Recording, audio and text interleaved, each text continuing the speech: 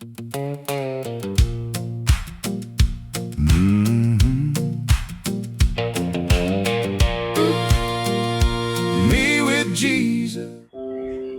Lord. ஒரு ஏழ்மையான குடும்பத்தில் ஒரு தகப்பனுக்கும் தாய்க்கும் 5 பிள்ளைகள் இருந்தது.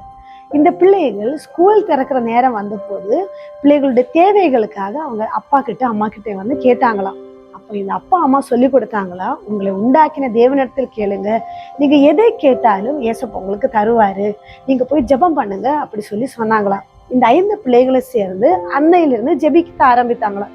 அவங்க ஜெபித்து கொண்டே இருக்கும்போது பல நாட்களுக்கு பிறகு இவர்களுடைய பேரு ஒரு கொரியர் வந்ததா. அந்த கொரியர் இவர்கள் திறந்து பார்க்கும் பொழுது அந்த குடும்பமே, முழு குடும்பமே ஆச்சரியப்படுகிற நிலைமையில உள்ள ஒரு காரியம் நடந்தது. அந்த பிள்ளைகளுக்கு எதெல்லாம் தேவை இருந்ததோ அத்தனை பொருட்களும் அந்த கொரியருக்குள்ளாக இருந்தது.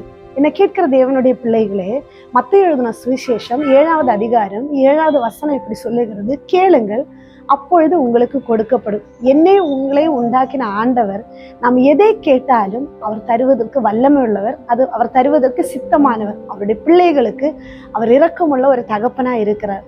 அதனால நாம் எது இருந்தாலும் கர்த்தரிடத்தில் கேளுங்க, கர்த்தருடைய கரங்களை அதை பெற்றுக்கொள்ளுங்க, உங்களுடைய இருதயத்தை நீங்க மகிழ்ச்சியாக்குங்க. Have a nice day. God bless you.